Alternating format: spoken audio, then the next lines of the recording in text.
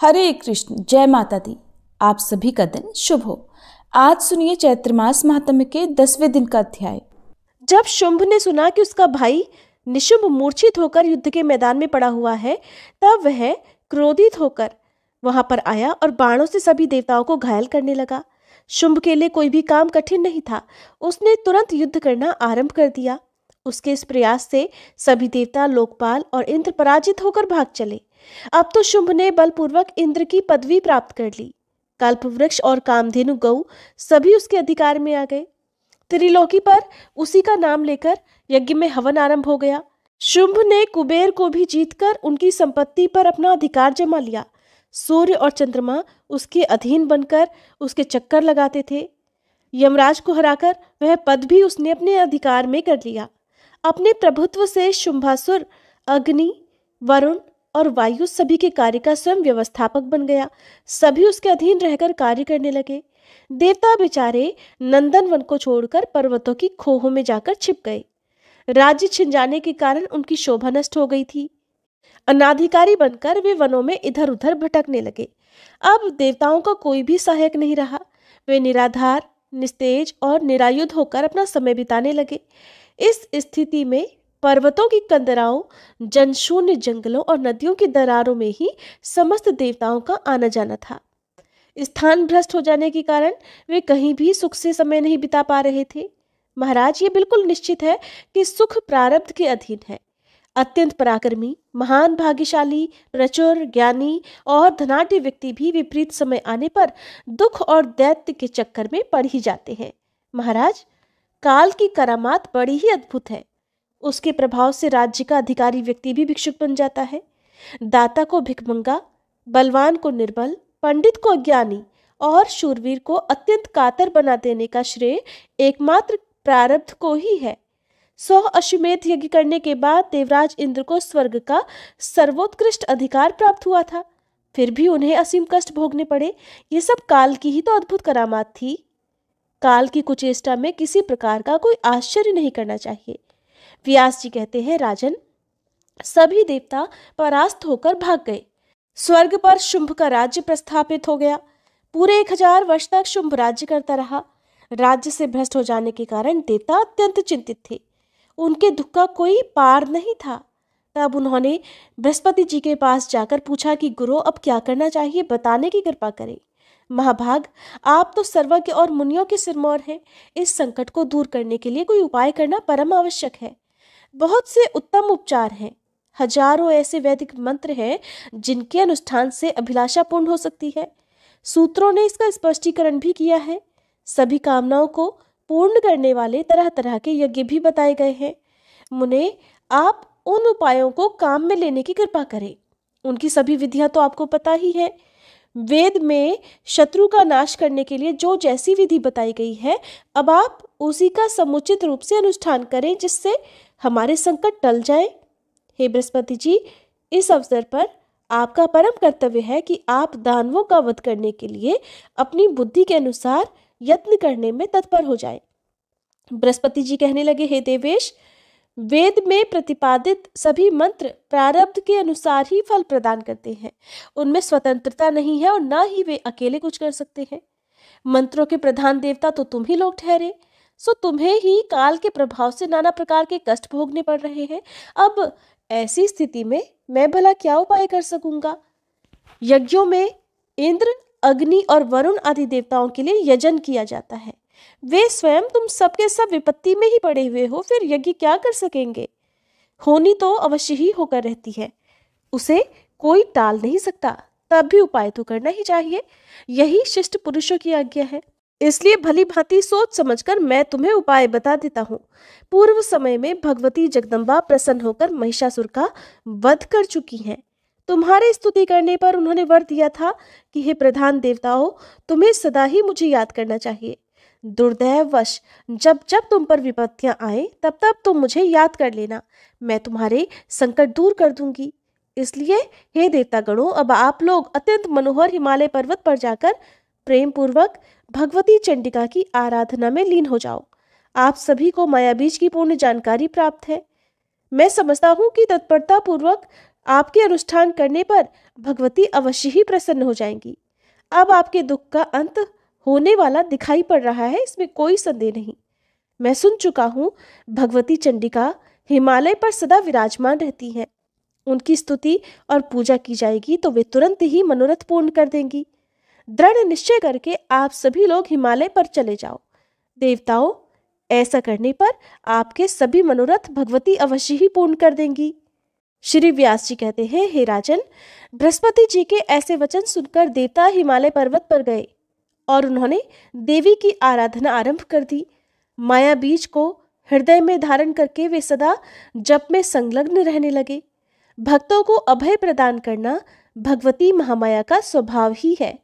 देवताओं ने अत्यंत भक्तिपूर्वक उन्हें नमस्कार किया और स्तोत्र के मंत्र पढ़कर वे उनकी स्तुति करने लगे कि विश्व पर शासन करने वाली हे देवी, आप प्राण शक्ति हो, सदानंद स्वरूपिणी हो, देवताओं को आनंदित करने वाली हो, आपको नमस्कार है।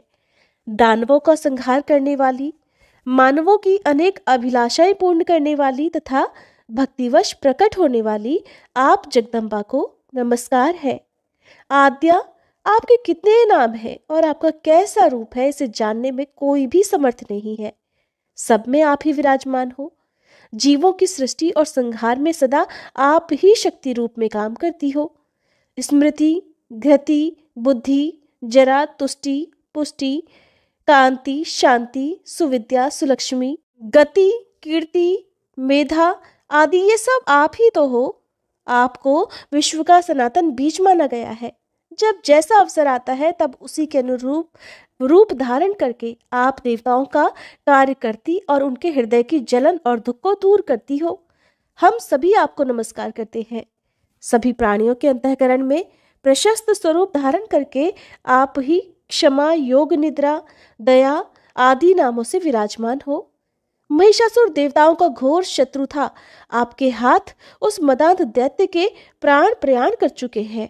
सभी देवताओं पर आपकी दया सदा बनी रहती है। देवी, ये बात पुराणों और वेदों में स्पष्ट घोषित है। माता अपने बालक का प्रसन्नता पूर्वक सभी प्रकार से पालन और पोषण करती ही है। इसमें भला कौन विचित्र बात है? क्योंकि देवता आपकी संतान है, इसलिए आप एकाग्रचित्त होकर इनके सभी मनोरथ सफल करने की कृपा करो। हे देवी, अखिल जगत आपकी वंदना करता है। आप सर्व समर्थ हो। आपके गुणों की गणना करना और आपका स्वरूप जानना हमारे लिए अशक्य है।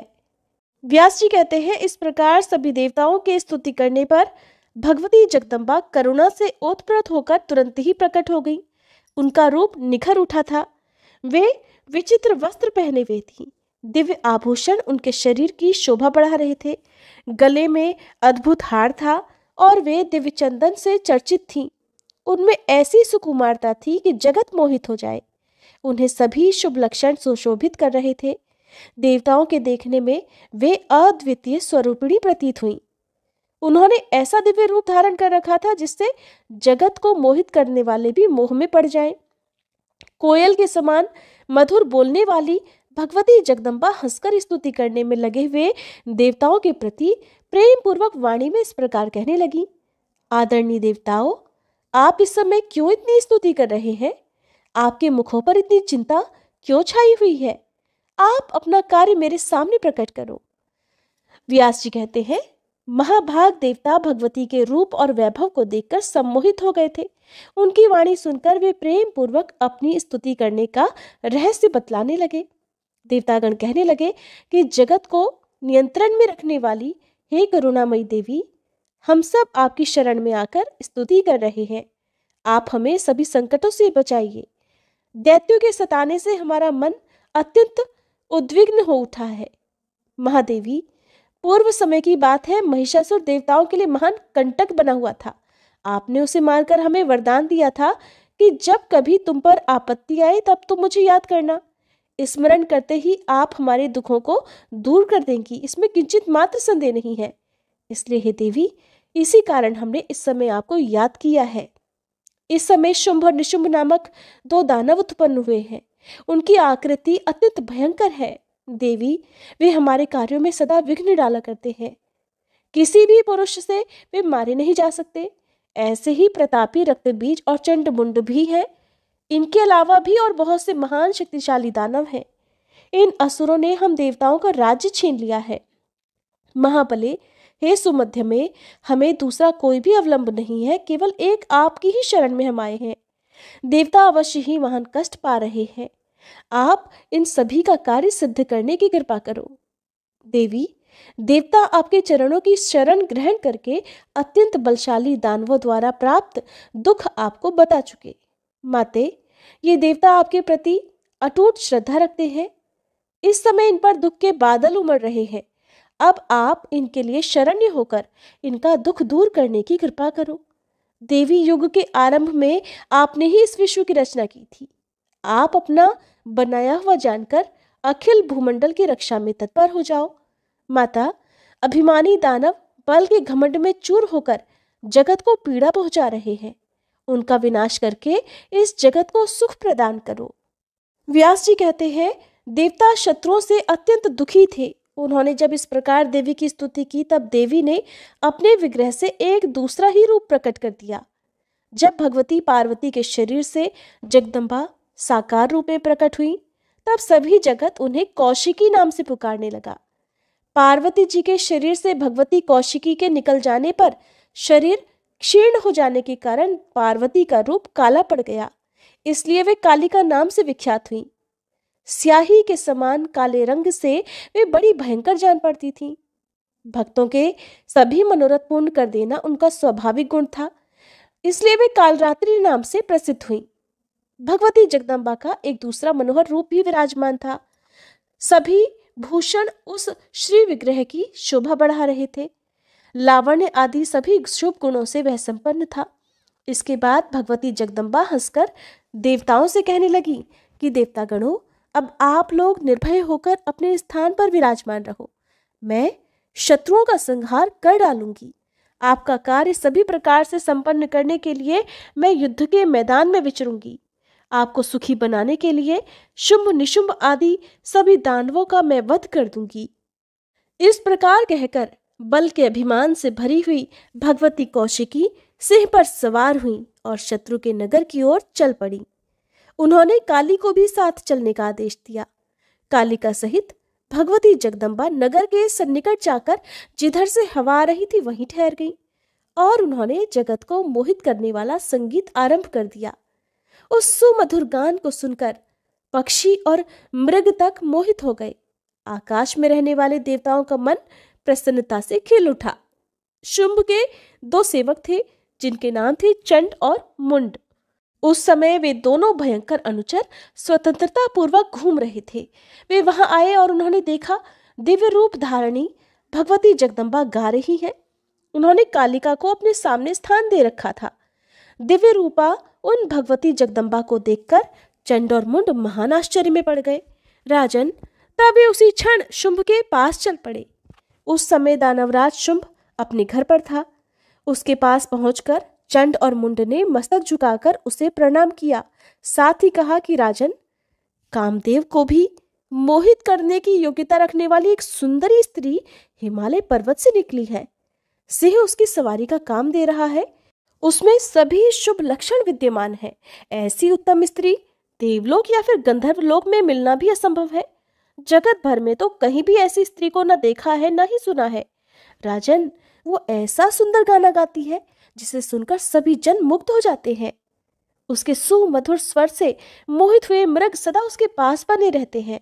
महाराज, वह किसी की पुत्री है और उसके यहाँ आने का क्या प्रयोजन है, इस विषय की जानकारी प्राप्त करके आप उसे अपने पास स्थान दीजिए। वास्तव में तो ये कामिनी आपके ही योग्य है। उसकी आंखों से कल्याण टपक रहा है। उसका पता लगाकर आप उसे अपने महल में ले आइए और उसे अपनी पत्नी बनाने की कृपा कीजिए। ये निश्चित है कि उसके समान किसी दूसरी सुंदरी स्त्री का होना जगत में नितांत असंभव है। राजन, देवताओं के सभी रत्नों पर आपका अधिकार हो चुका है। महाराज, फिर इस सुंदरी स्त्री को अपनाने में आप क्यों उदासीन हैं? राजन, आपने इंद्र से बलपूर्वक ऐश्वर्यपूर्ण ऐरावत हाथी, पारिजात वृक्ष और उच्च श्रवा अश्व आदि छीन लिए हैं। राजन, ब्रह्मा का अद्भुत विमान रत्नमय है। राजहंस के चिन्ह वाली ध्वजा उस पर फहरा रही है। ऐसे दिव्य विमान को आपने बलपूर्वक अपने अधिकार में कर लिया है। राजन, पद्म नामक निधि आप कुबेर से छीन लाए हैं। वरुण का शुभ छत्र आपने हठपूर्वक ले लिया है। राजन, आपके भाई निशुंभ से वरुण की मुठभेड़ हुई थी, वरुण हार गया, तभी से उसका पाश भी निशुंभ के पास ही है। महाराज, आपके भय से समुद्र ने, जिसके कमल कभी कुम्हलाते नहीं, ऐसी माला तथा तरह तरह के रत्न आपको भेंट किए हैं। राजन, मृत्यु की शक्ति और यमराज के अत्यंत भयंकर दंड भी इस समय आपके अधिकार में है। उन्हें पराजित करके आपने उनको छीन लिया है। आपके पराक्रम का कहाँ तक बखान किया जाए। समुद्र से प्रकट हुई कामधेनु गौ इस समय आपके घर पर शोभा पा रही है। राजन, मेनका प्रभृति अप्सराएं आपके अधीन रहकर सेवा करती हैं। इस प्रकार सभी श्रेष्ठ रत्नों को बलपूर्वक आपने अपने अधिकार में कर लिया है। फिर मन को मुग्ध करने वाली इस अनुपम स्त्री पर आप अपना अधिकार क्यों नहीं जमाते? राजन, आपके घर में जितने विपुल रत्न हैं, वे सभी इस सुंदरी स्त्री का सहयोग पाकर अपने यथार्थ रूप में परिणत हो सकते हैं। दानवराज, त्रिलोकी में कहीं भी ऐसी सुंदरी स्त्री नहीं है, इसलिए इस मनोहारिणी स्त्री को आप शीघ्र अपने यहाँ लाकर अपनी प्रिय पत्नी बना ले। व्यास जी कहते हैं, चंड और मुंड की वाणी बड़ी मधुर थी। उसके प्रत्येक अक्षर से शहद टपक रहा था। सुनकर शुंभ का मुख प्रसन्नता से खिल उठा। उसने अपने पास बैठे हुए सुग्रीव से यूं कहा, सुग्रीव, तुम बड़े बुद्धिमान हो, दूत बनकर जाओ और इस कार्य को संपन्न करो। वहां जाकर इस प्रकार वार्ता करना जिससे वह सुंदरी खुद ही यहाँ आ जाए। श्रृंगार रस के पारगामी विद्वान कहते हैं कि स्त्रियों के विषय में कार्य कुशल दूत को साम और दाम, इन दो उपायों का प्रयोग करना चाहिए। भेद नीति का प्रयोग करने पर रसभाव दोष उत्पन्न हो जाता है। दंड नीति का प्रयोग करने पर तो रस की सत्ता ही सर्वथा चौपट हो जाती है। इसलिए विवेकी जन इन दोनों उपायों को दूषित ठहराते हैं। दूत, साम और दाम, इन दो उपायों को ही प्रमुख मानकर इनका प्रयोग करना चाहिए। वाक्यों में मधुरता और नम्रता भरी होनी चाहिए। इन उपायों का प्रयोग करने पर भला कौन कामिनी स्त्री वश में नहीं आ सकती। श्री व्यास जी कहते हैं, शुंभ की बात अत्यंत प्रिय और चतुरता से ओतप्रोत थी। उसे सुनकर सुग्रीव तुरंत वहां से चल पड़ा जहां भगवती जगदम्बा विराजमान थी। वहां जाकर उसने देखा, सुंदर मुख वाली भगवती जगदम्बा सिंह पर बैठी हुई शोभा पा रही है। उन्हें प्रणाम करके वह मधुर वाणी में उनसे कहने लगा कि हे देवी, शुंभ बड़े शूरवीर पुरुष हैं, उनके सभी अंगों से सुंदरता टपकती है। देवताओं के वे परम शत्रु हैं, तीनों लोकों पर उनका पूरी तरह अधिकार है। वे सबको जीतकर शोभा पा रहे हैं। उन्हीं महात्मा ने मुझे तुम्हारे पास भेजा है, क्योंकि तुम्हारे रूप की प्रशंसा सुनकर उनका मन तुम पर आसक्त हो गया है। उन दानवराज की प्रेमपूर्ण बातें सुनने की तुम कृपा करो। उन्होंने नम्रता पूर्वक तुमसे कहलवाया है कि कांते, मैंने सभी देवताओं को परास्त कर दिया है और मैं त्रिलोकी का एक छत्र राजा हूँ। इस समय यज्ञ में दिए हुए हव्य पदार्थ सब मुझे ही भोगने मिलते हैं। मैंने स्वर्गलोक की सारी वस्तुएं छीन ली हैं। अब वहां पर एक भी रत्न नहीं बचा। देवताओं के पास जितने रत्न थे वे सब के सब मेरे द्वारा हर लिए गए हैं। देवी, देवता, दानव और मानव सब के सब मेरे वश में होकर पीछे पीछे चलते हैं। तुम्हारे गुण कान के रास्ते मेरे हृदय में प्रवेश कर गए हैं। परिणाम स्वरूप अब मैं तुम्हारे अधीन होकर तुम्हारा सेवक बन गया हूँ। तुम जो आज्ञा दो वही करने को तैयार हूँ। कांते, तुम मुझे अपना पति बना लो, फिर तीनों लोकों की स्वामिनी बनकर सर्वोत्तम सुख भोगो। मैं जीवन भर तुम्हारी आज्ञा का पालन करूंगा। देवता, दानव और मानव कोई भी मुझे नहीं मार सकते। वरानने, इस प्रकार तुम सदा सौभाग्यवती बनी रहोगी। तुम्हारा जहां जी चाहे वहीं रहकर आनंद का उपभोग करो। इस पर विचार करके प्रेम पूर्वक जो तुम्हारा कहना उचित हो तुम वही उत्तर मधुर वचनों में देने की कृपा करो। व्यास जी कहते हैं, शुंभ के दूत सुग्रीव की बात सुनकर भगवती जगदम्बा के मुख पर बड़ी सुंदर मुस्कान छा गई। अब देवताओं का कार्य सिद्ध करने वाली देवी ने मधुर शब्दों में दूत से कहना आरंभ किया। देवी बोली, निशुंभ तथा अत्यंत पराक्रमी राजा शुंभ को मैं जानती हूँ। राजा शुंभ ने सभी देवताओं को जीत लिया है। सभी शत्रु उनके द्वारा मारे डाले गए हैं। वे सभी गुणों की राशि हैं। सारी संपदाओं के भोगने का सुअवसर भी उन्हें प्राप्त है। वे बड़े दानशील, अत्यंत शूरवीर, सुंदर और कामदेव की मूर्ति के समान है। उनमें 32 गुण शुभ लक्षण वर्तमान है। देवता या दानव उन्हें कोई नहीं मार सकते। ये सब मैंने सुना है। उन महान असुर के विषय में ये सब सुनकर ही उन्हें देखने के लिए मैं यहाँ आई हूँ। दूत, तुम जाओ और महाबली शुंभ से कहो कि मेरे ये सभी वचन अत्यंत मधुर वाणी में, जहाँ दूसरा कोई न हो, वहाँ एकांत में कहना। राजन, तुम बलवानों में अत्यंत बलवान तथा सुंदरों में सर्वोत्तम सुंदर हो। तुम्हारा सारा प्रभाव भी मुझे ज्ञात हो चुका है। मैं किसी को पति बनाना चाहती हूँ, मेरी ये बात बिल्कुल सत्य है। परंतु हे राक्षसेंद्र, मेरे विवाह में एक अड़चन है। राजन, पूर्व समय में बाल स्वभाववश ही मैंने एक प्रतिज्ञा कर ली है। उस समय समान अवस्था वाली सखियों के साथ मैं एकांत में स्वेच्छानुसार खेल रही थी। मुझे अपने शारीरिक बल का थोड़ा अभिमान हो गया था, इसलिए मैंने खेल ही खेल में अपनी सखियों के सामने प्रतिज्ञा कर ली कि जो मेरे समान पराक्रम रखने वाला वीर युद्ध के मैदान में मुझे जीत लेगा, उसके बलाबल को जानकर ही फिर मैं उसे अपना पति बनाऊंगी। मेरी ये बात सुनकर सखियों के मन में महान आश्चर्य हुआ। वे ठहाका मारकर हंसने लगी। उनके मुंह से निकल पड़ा कि अरे, इसने झट से ये क्या कठिन नियम ले लिया। ये तो बड़ी अद्भुत प्रतिज्ञा है। इसलिए राजन, तुम भी मेरे ऐसे पराक्रम को जानकर सामने डट जाओ और मुझे बलपूर्वक जीतकर अपना मनोरथ सिद्ध कर लो। तुम या तुम्हारा भाई कोई भी युद्ध के मैदान में आ जाए, परंतु युद्ध में मुझे परास्त करके ही तुम्हें मुझसे विवाह करना होगा। व्यास जी कहते हैं, भगवती जगदम्बा की बात सुनकर सुग्रीव के आश्चर्य की सीमा नहीं रही। उसने कहा, सुंदर भौहों वाली देवी, तुम स्त्री स्वभाव के कारण सहसा ये क्या कह रही हो? अरे भामिनी, जिन्होंने इंद्र सहित सभी देवताओं या अन्य दुर्दांत दैत्यों को भी हरा दिया है, उन्हें तुम संग्राम में जीतने की इच्छा कैसे रखती हो? त्रिलोकी में कोई भी ऐसा नहीं है जो युद्ध के मैदान में शुंभ को जीत सके, और ऐसी स्थिति में तो तुम्हारी भला क्या सामर्थ्य है जो तुम उनके सामने युद्ध में थोड़ी भी देर टिक सको? सुंदरी, बिना सोचे समझे कभी भी कोई वचन नहीं कहना चाहिए। अपने और विपक्षी के बल को जानकर ही समय के अनुसार बात करना ठीक रहता है। त्रिलोकी के अध्यक्ष महाराज शुंभ तुम्हारे रूप पर मोहित हो जाने के कारण ही प्रार्थना कर रहे हैं। तुम उनका मनोरथ पूर्ण करो। मूर्खतापूर्ण स्वभाव को त्याग कर मेरी बात का आदर करके तुम शुंभ या फिर निशुंभ किसी की भी पत्नी बन जाओ। मैं तो ये तुम्हारे ही हित की बात कह रहा हूँ। बाले, तुम उनके पास नहीं जाओगी तो राजा शुंभ अत्यंत क्रोधित होकर अन्य बहुत से दूतों को भेजेंगे, और वे दूत तो बड़े अभिमानी हैं, बड़े बलशाली हैं। तब वे तुम्हारी चोटी पकड़कर बलपूर्वक तुम्हें ले जाकर शुंभ के सामने उपस्थित कर देंगे। ये बात बिल्कुल निश्चित है। अपनी लज्जा सुरक्षित रखने के लिए ही तुम्हें इस दुस्साहस का सर्वथा त्याग कर देना चाहिए। तुम एक आदरणीय देवी हो, मेरी बात मानकर शुंभ के पास चलने की कृपा करो। तब देवी कहने लगी कि महाभाग दूत, तुम तो बड़े कार्यकुशल और सत्यवादी हो।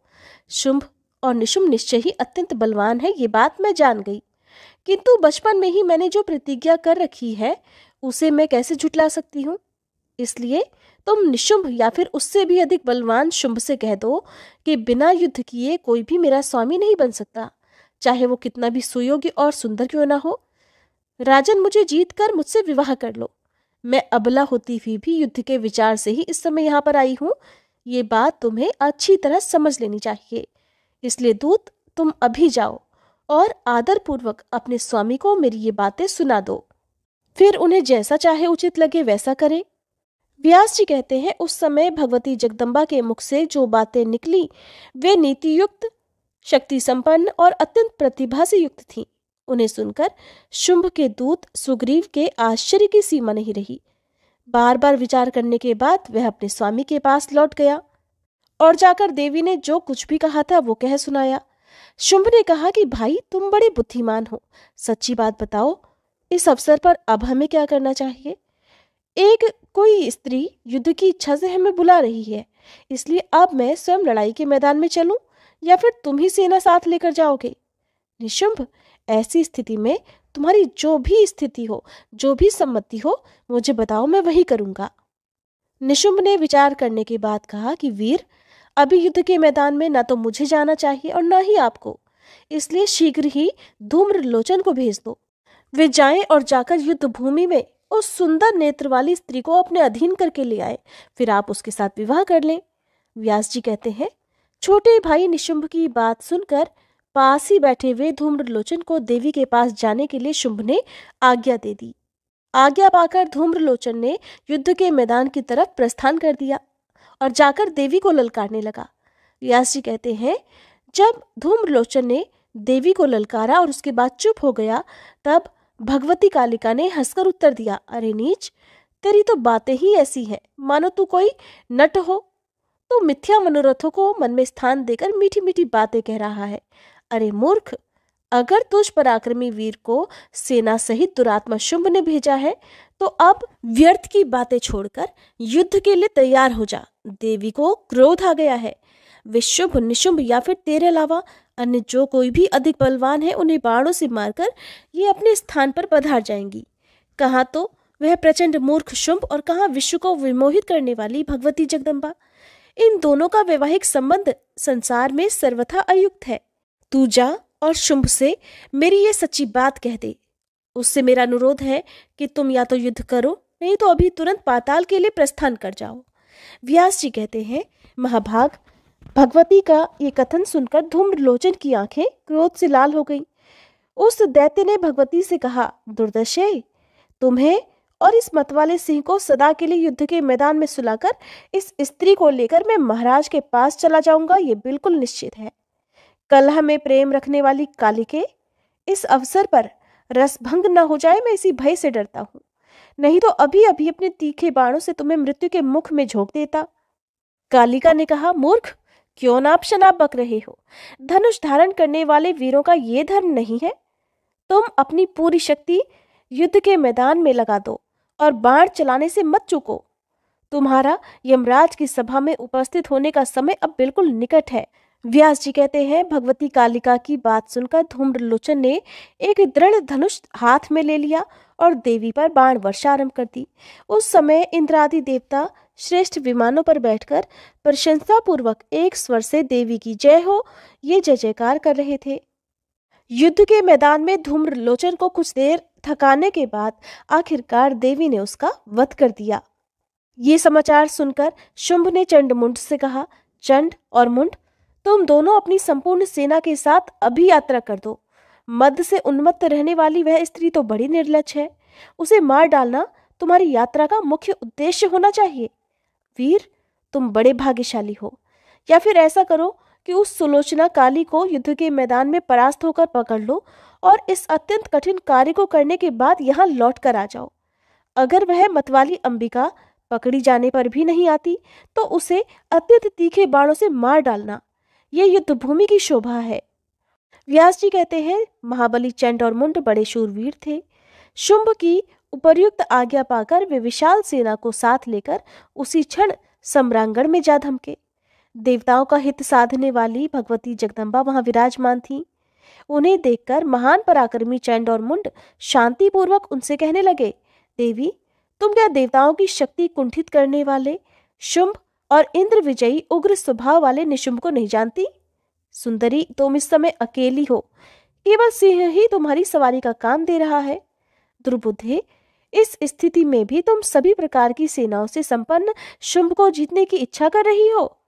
क्या कोई भी स्त्री या पुरुष तुम्हें उत्तम परामर्श देने वाला नहीं मिला?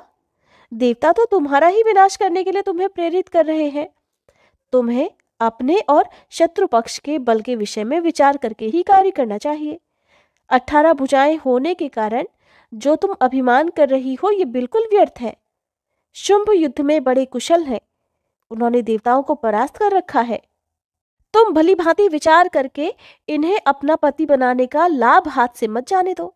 व्यास जी कहते हैं, इस प्रकार चंड अपना अभिप्राय व्यक्त कर गया। उसकी बात सुनकर भगवती जगदम्बा मेघ की तरह गंभीर वाणी में गरज उठी और कहने लगी, अरे धूर्त, तू यहाँ से हट जा। क्यों कपटपूर्ण व्यर्थ की बातें बक रहा है? श्री विष्णु और शंकर जी आदि को छोड़कर मैं दानव शुंभ को क्यों अपना पति बनाऊं?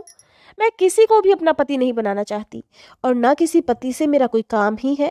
अरे सुन, संपूर्ण जगत मेरा ही शासन मानता है।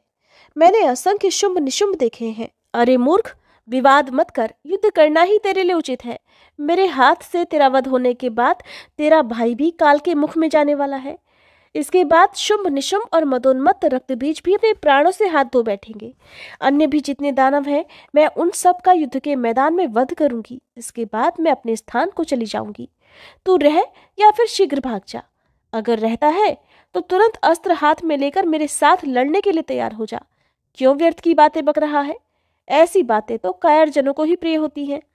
व्यास जी कहते हैं, देवी के इस प्रकार उत्तेजित करने पर चंड और मुंड के क्रोध की सीमा नहीं रही, बल्कि अभिमान में चूर रहने वाले उन दैत्यों ने तुरंत धनुष टंकारना आरंभ कर दिया। देवी ने भी शंख बजाया, जिसकी तुमुल ध्वनि से दसों दिशाएं गूंज उठी।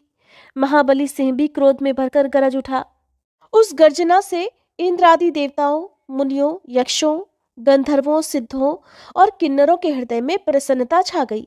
इसके बाद देवी का चंड और मुंड के साथ परस्पर युद्ध आरंभ हो गया। कातरों को भयभीत कर देने वाले उस युद्ध में गदा, तलवार और बाण आदि विविध आयुध चलने लगे। देवी अपने चमचमाते हुए बाणों से चंड के तीरों को काटने लगी। साथ ही उन्होंने सर्पों की तुलना करने वाले बाण चलाना आरंभ कर दिए। उस समय देवी के बाणों से आकाश इस प्रकार छा गया मानो वर्षा होने के बाद किसानों के लिए कष्टप्रद पतंगे चारों ओर फैल गए हों। अब मुंड भी सैनिकों को साथ लेकर युद्ध भूमि में फट पड़ा। उसकी आकृति बड़ी भयंकर थी।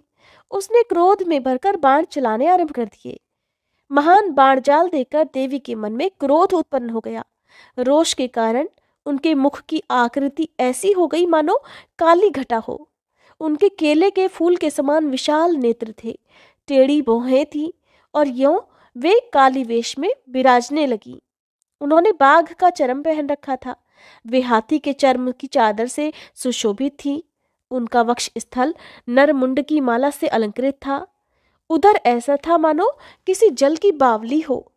खटवांग, तलवार और पाश धारण करने वाली काली इतनी डरावनी जान पड़ती थी मानो दूसरी काल रात्रि का प्राकट्य हो गया हो। उनका विशाल मुख था। वे बारंबार जीभ लपलपा रही थी। उनके द्वारा असुर काल के ग्रास बनने लगे। क्रोध में भरकर काली पराक्रमी असुरों को हाथ में पकड़ती और उन्हें मुख में डालकर दांतों से चूर चूर कर देती। वे घंटा और सवारों सहित हाथियों को पकड़कर मुख में डाल लेती थीं, साथ ही अट्टहास करने लगती थीं। ऐसे ही सारथी सहित घोड़ों और रथों को भी मुख में डालकर वे दांतों से चबाने लगी। अब चंड और मुंड अपनी सेना का यो संहार होते देखकर बाणों की अनवरत वृष्टि से काली को ढकने के प्रयास में लग गए। चंड का चक्र सूर्य के समान तेजस्वी था। सुदर्शन चक्र के समान उसमें शक्ति थी। चंड ने तुरंत ही देवी पर वह चक्र चला दिया। वह बार बार गरजने लगा। उसे गरजते देखकर काली ने भी एक बाण चला दिया।